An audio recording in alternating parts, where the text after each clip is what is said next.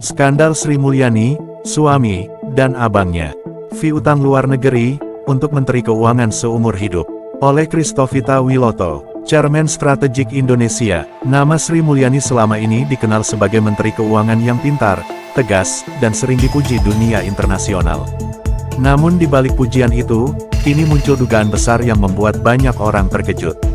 Skandal ini bukan hanya soal angka, tetapi menyangkut moral, keadilan, dan masa depan bangsa. Ini benar-benar salah satu sumber masalah Indonesia, fee utang luar negeri untuk Sri Mulyani. Kali ini, bukan gosip. Ada kronologi, ada bukti, ada kejanggalan yang harus dijelaskan.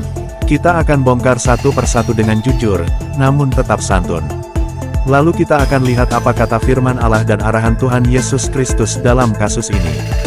Kronologi skandal yang mengguncang. Tanggal 12 Mei tahun 2013 awal kecurigaan. Laporan harta kekayaan penyelenggara negara LHKPN Tony Sumartono, suami Sri Mulyani, mencatat utang sangat besar, mencapai 1 triliun rupiah.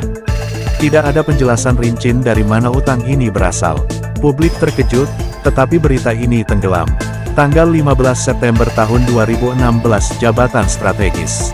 Nanam Untung Cahyono, yang disebut sebagai Abang Sri Mulyani, menduduki posisi sebagai pegawai negeri sipil di Kementerian Energi dan Sumber Daya Mineral.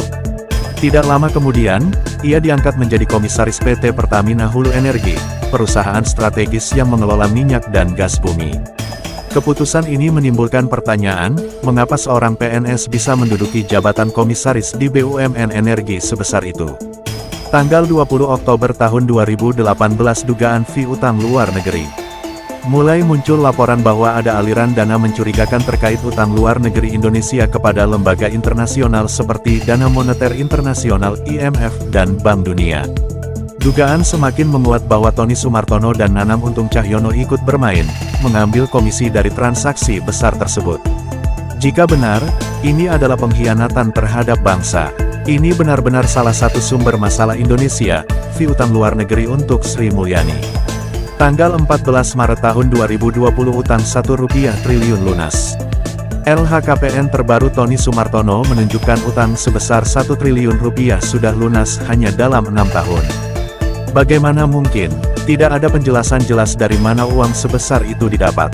Apakah dari gaji resmi? Tentu tidak masuk akal. Tanggal 26 Juni tahun 2025 fakta mulai terbuka. Forum Anti Korupsi Indonesia mengeluarkan laporan panjang.